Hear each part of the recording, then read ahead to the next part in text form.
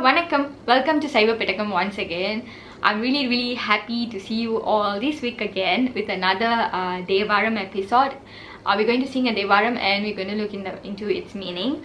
So this week it's going to be a song from the exponent called Thirunaavukkarasar. For Saivites, there are two types of scripture. Most of you already know. One is the Thothiram, which we call the 12th Tirumurai, and then we also have Sastram, which is Sastra, Mekanta Sastra, which are like 14 Tirumurai. So in this 12th Tirumurai, we have 12 chapter, right? There's 27 exponents who have like authored this 12th chapter altogether. The Saivite world considers them as the teachers, the prominent teachers. Samaya Kuravar, we tell in Tamil. For Saivism is four people which you already also probably known already, which is Gnanasambandar, Navukkarasar, Sundarar and Manika Vasagar. So among these four, the first, second, third Tirumurai was sung by Gnanasambandar. 4th, 5, 6 was sung by Thirunaavukkarasar. So today we're going to look at a song from the 4th Tirumurai, Padigam 2 and song number 1, which is Sunnaven Sandhana Saanthum. Now we'll just go and see how to sing the song and then we'll be right back to look into its meaning.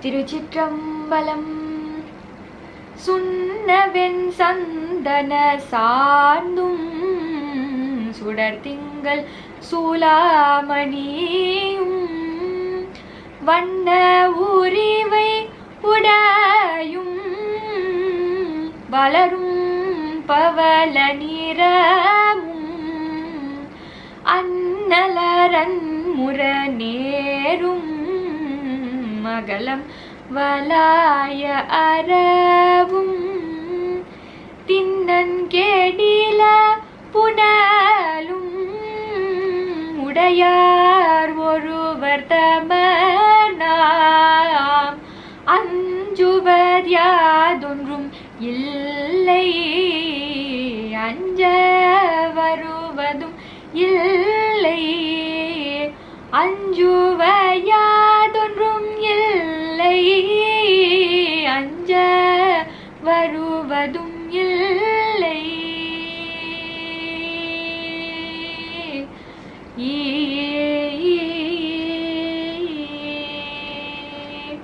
Thiruchitrambalam. Hello, we are back for the meaning. This song goes as, okay, before we see the song, basically I would like to story you a bit about Thirunaavukkarasar because this song has something to do with his history. It's an event, it's a miracle event happened in his life. So I would want to story you a bit about Thirunaavukkarasar. For those who already know the story, you just have to bear with me for a while, alright? I'm going to be as quick as possible, okay? So Navukkarasar was born into a business family, people who into a family who runs business. So during his early age, what happens is he has a sister called Tilagavadiyar. She was engaged to a Nayanar called Kalipagayar. So they were engaged, and then Kalipagayar had to go to a battlefield for war and he dies there. He passes away there, and at the same time the parents too passed away. So Tilagavadiyar is saying, like, because she was engaged to Kalipagayar, she too wants to end her life. So Navukkarasar was very small at that time and he feels like he goes and begs his sister that like not to leave him alone because he has nobody else in this world, right? Then Tilagavadiyar feels like, okay, fine, she agrees to like live for him, but however she dresses herself as a widow because Kalipagayar has passed away, alright? So after that they continue their life. Navukkarasar is growing up. During his time, during his childhood into his adolescences and everything, what happens is like they keep, because they are from a Saivite family, so they will keep doing charity, they were doing more Saivite spiritual work and everything like that. However, Navukkarasar did not find a satisfaction in there because he feels like, you know, though he had so much of money and he's been donating and doing charity and they are doing a lot of social work, still his sister couldn't experience or like couldn't use any of that wealth because she is in like a widow farm. So he gets frustrated and he feels very he gets worn out at a point. So he feels like he should seek for something, and he leaves his family, and then he leaves his house and he walks out of the house. Somehow he comes in contact with this summoner Jainism, Chinese preachers and people like that. And Jainism ideology was like more to like saving human life, saving not killing anything, and trying to like give better medication to people so that they will not die, which he feels like it was relating to him because he had spoiled his life because there was like death tragedy at home, where he lost his parents and brother-in-law and everything, right? So he feels like, yeah, that is a good ideology though. Like he wanted to pick that up because he want to like help people to like be healthier, so that you can skip unexpected death at home or something. So he feels like it makes sense to him at that time. So he joins Jainism and he gets to this position, which in Tamil they say as Dharma Senar, which is the highest title which is available in Jainism religion. So he continues his life as normal. He just became the Chinese, and he just goes on. Here, however, the other side, the sister, she was still a Saivite. She was serving for the temple Tiruvadigai Veeratanam. She was doing a lot of spiritual work there, handiwork and everything. And then she keeps doing her prayers towards Peruman, Lord Shiva. She was keep on asking like to bestow her brother, to bring back brother to the spiritual path which she was born with, you know, Saivism and things like that. She feels like he should come back and everything. So she makes her prayers, you know. And then one day God feels like, yes, it's time for Thirunaavukkarasar to come back into Saivism. So what he does is he gives him very bad stomach ache, which is called as Sula in Tamil. So he gets this terrible stomach ache, and since Chinese are already very good with medication, they try to cure him as much as they possibly could. They tried different method, but all of it failed at a point. So they also get tired, and then they just start leaving his ashram, and he was left alone with his one servant. And this servant was from his family, you know, like he followed him when he came out. So this servant, he was there, and you know, when you get very lonely, you always want to refer back to your family. So he remembers his sister, and he tells his servant to go and let his sister know that Navukkarasar is actually going through such pain and stomachache and all his issues. Then the servant goes. However, Tilakavadiyar says like, no, yes, he can come, I would help, but however, that's a Jainism place where I will not come, so he has to come and see me. Meanwhile, there is also like notes where like they say in Periya Puranam, they say like God already told Tilakavadiyar that all these occurrences is just due to bringing back Navukkarasar into Saivism. So Tilakavadiyar, with a lot of faith, she just waits there, and Navukkarasar, you know, through the night he just like left the Jainism ashramam, and he just comes to Tiruvadigai Veeratanam, where Tilakavadiyar, his sister, is. He comes there. When he reaches, Tilakavadiyar give him some holy ash, Thiruneer to wear, and both of them go to the Tiruvadigai Veeratanam temple, the Shivan temple there. So they went there, and then Navukkarasar, like he gets new enlightenment. He feels much better. His stomach ache is going down. He's feeling better, and then he starts singing this song Kutra Enavaru. We already seen this song. If you have not, I'll put a link, you can go check it out. So that happens, and he already resumed back into, like, he have just came back to Saivism. However, looking at that current situation at that era, Jainism and Buddhism was the ruling religion back in Tamil Nadu. So what happens is, like, even the kings were following Jainism and Buddhism. You know, you being a role model figure in a religion, and you just like overnight coming into, like, you know, like getting converted into a different religion is such a big harsh impact on other people. So the Chinese feel so offended. What they did, they go to the king and tell him, like, you know what, we should kill this guy, or else it's going to leave a very harsh impact. Then the king agrees. So they attempt 4 times. We can see through their history, we can see like they attempt to murder Thirunaavukkarasar in 4 ways. The first one was they put him in a big oven. I don't know to explain it. You know, that's a place where you bake the brick and all. So it's not like a small oven. It's like a big room, which was like, it's like super hot and probably you would die. It cooks bricks, so definitely human body won't last. So they put Thirunaavukkarasar into that for 7 days, and then Thirunaavukkarasar sings Maasil Vinayum and he comes out with no damage. So the second attempt were like they put poison into some milk rice and feed him. Thirunaavukkarasar again, he knows that it's food, the food was poisoned already, it is a poison food, but he just tells them like, you know, I am a servant of a god who have like who has poison on his throat. He have drunk poison before, right? So I, as his servant, this poison would do nothing to me, but yet he eats that and still he doesn't die. He didn't no harm was caused to him.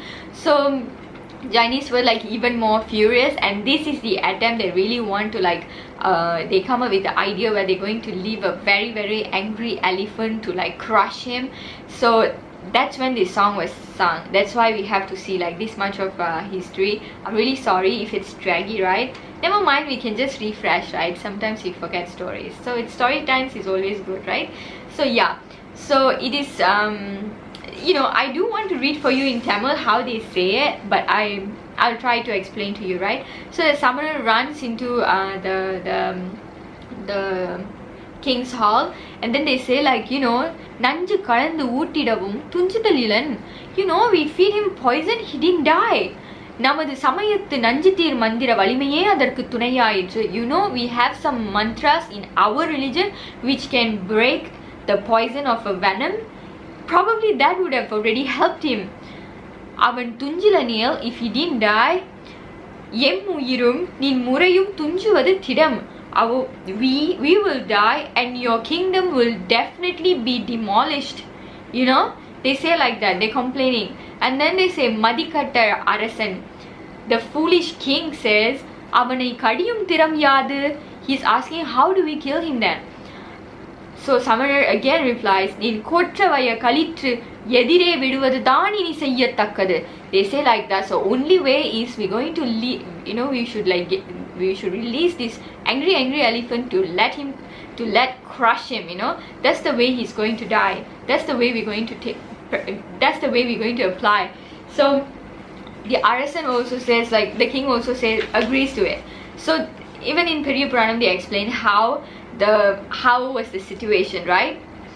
I'm just trying to tell you guys this because it's really, really exciting to read it in Tamil. So if you have any a way of picking up Tamil, please do, because this scripture is purely in Tamil. No matter how excellent I've translated that to you in English, you would never get the oomph. So like if you want it, you have to read it, but never mind, I'm still here to help you, right? So we are a team. So then he says, Kobadisayamana koleikalitrai vidat sonnan. He says like, you know, like an elephant with full rage. He says like, release the elephant to kill him. Then they describe the elephant. Kootinum mikkadai kalitru vadivil. That means Kutru means Yemen, the lot of death. Even it was like even more terrific, like even more horrific than the lot of death. It was like literally a very, very rage, a lot of death in the form of elephant, and its anger, its rage was as equivalent to ஊழி முடிவில் எழும் தீயை போல் சினந்து விரைந்து ஓடி போந்தது. That means like, you know, we believe in like in this one day where like the world will end, right? We call it as Peruli Kalam. During this Uli, probably like, yeah, the oceans might spin, and then like there might be like big fires, big fires, right? So the rage of the elephant was like even bigger than that fire. You know, it was like such a, they are trying to explain like the elephant was so much in rage, like it was like snapping time, it's just going to step on Thirunaavukkarasar, that sort. But looking at Thirunaavukkarasar just stays calm and he just lies down, and then he sings this song. He starts the song as Sunnaven Sandhana Saanthum. God is wearing the holy ash, Thiruneeru. That was, you know, he says it's a story. He says like, you know, there's a guy who wears the holy ash like sandal paste. He is like it's like the ash is like, it's in like this paste consistency, like lotion consistency, and he's been applied it all over his body. So what this one symbolizes is God has been always, every day, every second, every time being he is destructing our inner ignorance and our inner, how do you say, ignorance, evilness in souls. He's been doing that every time, and you know the result of it, he's burning down our ignorance, where it turns into holy ash and it falls on him, and he's wearing it as his like he's just wearing it all over his body to show us that, people, wake up, I am doing this to you, I am like burning your ignorance. So he's like showcasing that by wearing holy ash onto yourself. Because do you remember when we have seen in other videos, like holy ash, we wear holy ash, the symbolism of holy ash is basically to show nothing is permanent in this world. That's when we wear it. When we see the holy ash on God, we remind ourselves that God, at split second, every single second, he's being crushing down our ignorance inside us, the darkness within us, right? So that's one. Then do you know this guy who wears Sudar Tingal Sulamaniyum? You know, like a king wears the crown, only very, very precious jewels are placed in his crown. This guy, you know, he's wearing this waxing moon on his head. So this, we all already know about moon story, right? If you don't know, I'm gonna leave a link here. You just can go watch that as well, because I don't want this video to take for like centuries to end, right? So yeah, that moon, he is such a person, he could like just forgive souls when they make mistake, and they consciously know they have made mistake. If they are guilty of it, he would just so like forgive them easily, and he would wear them on his crown. Wearing on crown is celebrating something. So he's such a merciful person, you know. There's a person like that. And you know, this person, he wears like a wardrobe of skin, colorful skin. Vanna urivai udayum. Vanna means colorful, or you also can say beautiful skin. Urivai means skin. So like, what skin who wears? Then we can see like Perumal, Lord Shiva wears tiger skin, we know, elephant skin, we know. There is a story with Tarugavana Munivargal, right? He once they did something, and then they produced this very, very rageful elephant and tiger to demolish the Adiyar, the devotees of Perumal. So that time Lord Shiva, the Supreme Being, wanted to want to teach them, and he also wants to like enlighten them. So what he did was, he just skinned that both animal, and he wear it as his apparel. And what we understand by looking at it is, what we remind ourselves is like, God again rips the ignorance, the darkness within ourselves. Alright, so that's that. And he will also protect us. You know, like somebody caused a harm to, we being his devotee, if somebody is causing us harm, definitely he will come and protect us then, right? Then he's also saying like, this guy Valarum Pavala Niramum, he's in coral color, and his spark is like, the brightness of the coral is being like growing and growing day by day, you know. So this one symbolizes like, there's a lot of notes where other exponents say like Oli Valar Vilake, God has been like daily, it's like it is like growing brightness in him. They also say Ponnar Menine, he's like gold in color, and it's like always increasing in brightness, because God is we say like, he's perennial and he's supreme. He has no darkness or evil in himself. He's so pure. So that's why they say like, in Tamil we say Semmai and Sirappu. He's so full of it. So he has such a brightening, constantly brightening or constantly growing coral color in him. Then you also have this guy, he has Annal, Aran, Muran, Yerum. Yerum we already know, he has a male cow with him, right? He has a bull. And this bull is Annal, it is like Talame, it is like the leader. It is like the one and only bull. and that bull is so strong and like firm. This we already know. Every time any exponent talk about God's sacred bull, we already know. That shows God is so unbiased and he is always following Aram. Aram is like the justice.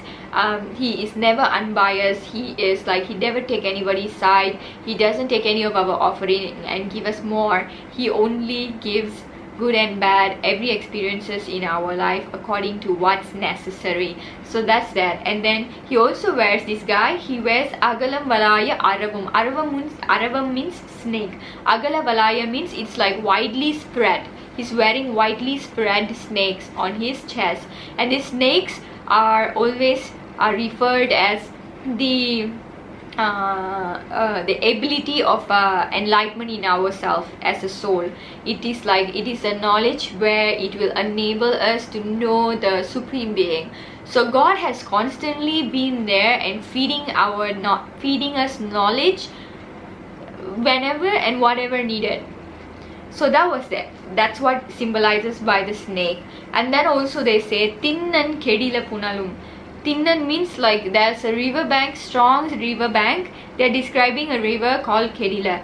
Punal means water. Whenever they talk about any river in Saivism or the exponent singing about a river, we always, or the rain or any water source for that matter, we always remind ourselves water is always referred to God's grace, because God's grace, for any plant, water supply is so important for it to grow. For every soul, God's grace is very important for us to elevate ourselves, improve ourselves, grow ourselves towards the liberation. So God has all this. So all these character, there's one guy has all these, and Udayar Urvar Tamar Nam. That is like, he's saying like, you know what, I'm the guy, I'm like the buddy of that guy, you know who I am? I'm like that guy's, like what? That guy is like totally behind me. Like, you say like that gangster really, or like you say like, you know who I am? I'm like the prime minister's cousin. Do you want to do that to me? Are you sure? Like that, right? So he gives the same attitude to the elephant. He's saying like, do you know who I am? I am the servant of the Supreme Being who has all this character. And then he says, Anjivadi Yadondrumillai, ini Anjavarudumillai. Please, I'm not scared, and I'm not even gonna be scared in the future. You know why? Because he's my backup. You wanna try to fight me? Try me, he will come and deal with you. He's like giving that attitude, So that's the story. He goes with another 10 songs. Every song he talks the greatness of God, and he ends with saying like, I'm not gonna be scared and I will never be scared. Alright, he says that when he finished the 10th song, the elephant comes, like the elephant goes around him and falls onto him, bows to him, and then it goes calm.